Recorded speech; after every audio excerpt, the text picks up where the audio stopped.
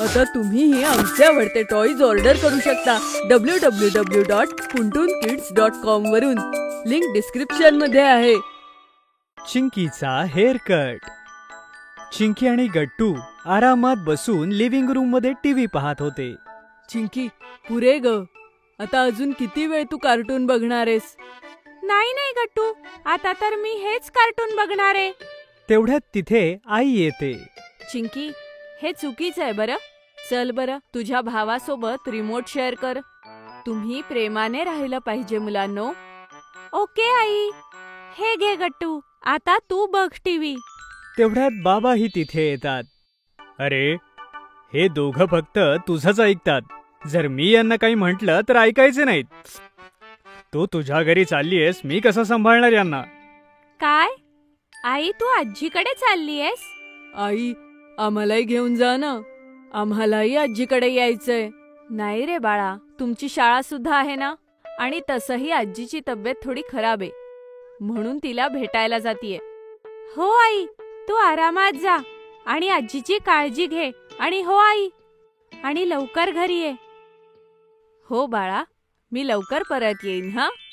ओ, पण आई, मला आता आठवलं, तू माझी हेअर कटिंग करणार होतीस.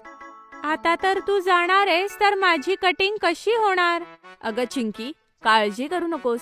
मी तर फक्त ही गेले न ही आले. बरं ठीक आहे आई, पण आल्यावर करून दे. पण मी फक्त तुझ्याकडूनच कटिंग करेन.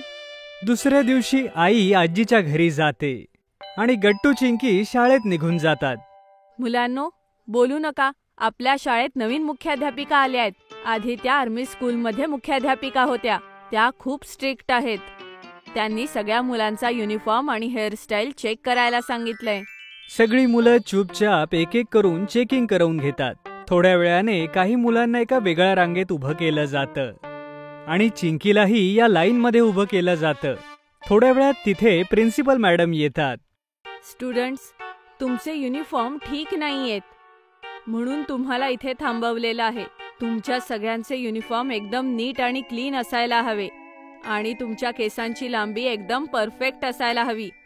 उद्यापासून तुम्ही सगळ्यांनी तुमचे युनिफॉर्म एकदम नीट घालून या, म्हणजे तुम्ही शाळेच्या नियमांचं पालन कराल.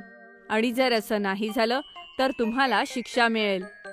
चिंकी, मला माहितीये तू काय विचार करतेयस. हे बघ, तुझा युनिफॉर्म तर एकदम ठीक आहे, पण प्रॉब्लेम तुझ्या हेअरस्टाईल मध्ये आहे. तुझे केस खूप वाढतायत चिंकी, आणि शाळेच्या नियमानुसार सगळ्या मुलांच्या केसांची लांबी एक समान असायला हवी. चिंकी, तू लवकरात लवकर हेअर कट करून घे, म्हणजे तुला शिक्षा मिळणार नाही. Okay ma'am. चिंकी परत क्लासमध्ये येते, पण ती कुणाशीच बोलत नसते. अगदी गट्टूशी सुद्धा ती काही बोलत नसते. शाळा सुटल्यावर दोघही घरी येतात. अरे मुलांनो, आलात तुम्ही? चला पटकन कपडे बदलून घ्या आणि येऊन खाऊन घ्या. नाही बाबा, मला भूक नाही लागलीये. मी माझ्या खोलीत जाते. अगं काय झालं चिंकी? एवढं बोलून चिंकी आपल्या रूम मध्ये निघून जाते. बघा ना बाबा, ही आज असंच वागतीये. मग गट्टू बाबांना सगळं काही सांगतो. अरे गट्टू, ही तर मोठी टेन्शनची गोष्ट आहे. कारण लहानपणापासून आतापर्यंत चिंकीने आईकडूनच केस कापलेत. आता अशात तिची चिंता अगदी योग्य आहे. आता आईच तिची इथे नाहीये, तर हेअरकट कसा होईल? पण बाबा, त्यात काय मोठं? फक्त ह्या वेळेस तिने बाहेरून कटिंग केली तर? नाही गट्टू, खूप अगोदरची गोष्ट आहे. चिंकी एकदा बाहेरच गेली होती हेअर कट करायला, पण चुकून ती कात्री चिंकीच्या कानाजवळ लागली होती आणि त्यानं थोडी जखम झाली होती. ती जखम तर अगदी छोटी होती, पण चिंकी तेव्हा खूप छोटी मुलगी होती. ती त्यामुळे खूप घाबरली होती. तेव्हापासून ती आईकडूनच केस कापून घेते. ओ, असं आहे तर. पण बाबा, आपण काय करूयात? चिंकी आपल्या रूम मध्ये बसून विचार करत होती की तिला आता काय शिक्षा मिळणार. तिला तर आईशिवाय दुसऱ्या कोणाकडून हेअरकट करायचा नाहीये. असा विचार करत करत चिंकी झोपी जाते. थोड्या वेळात चिंकी जेव्हा उठते तेव्हा बघते की गट्टू आणि बाबा तयार होऊन तिच्या समोर उभे आहेत. चला चिंकी बाळा, तयार व्हा. तयार? पण कशासाठी बाबा? कुठे जायचंय आपण? अगं, आपण हेअर कट करायला जातोय चिंकी. काय? पण मला नाही करायचा हेअर कट. मी आई शिवाय दुसऱ्या कोणाकडूनच हेअर कट करणार नाही. अगं नाही चिंकी, आम्ही तुझी नाही, माझी आणि गट्टूची कटिंग करायला चाललोय. काय खरंच? मग बघ ना आमचे केस किती वाढलेत. आम्ही तर आमची कटिंग करायला जातोय. चल आमच्या सोबत नाही येणार का? ठीक आहे, येते. खरं तर हा बाबा आणि गट्टूचा प्लॅन होता.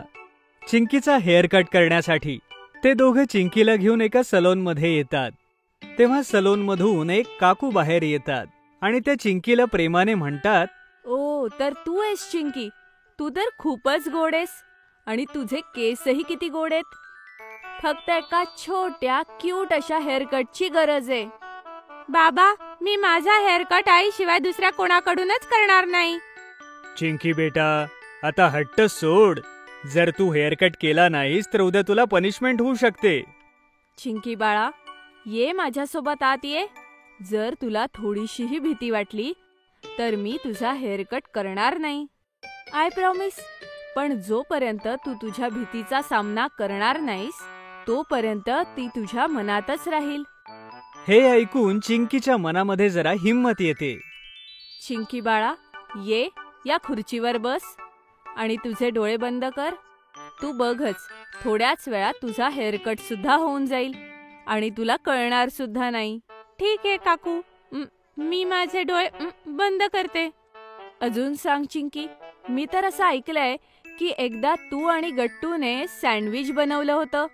हो काकू, ते आम्हाला दोघांना शाळेत शिकवलं होतं. खूप जास्त टेस्टी होतं आणि हेल्दी सुद्धा. बर, हेल्दी कसं?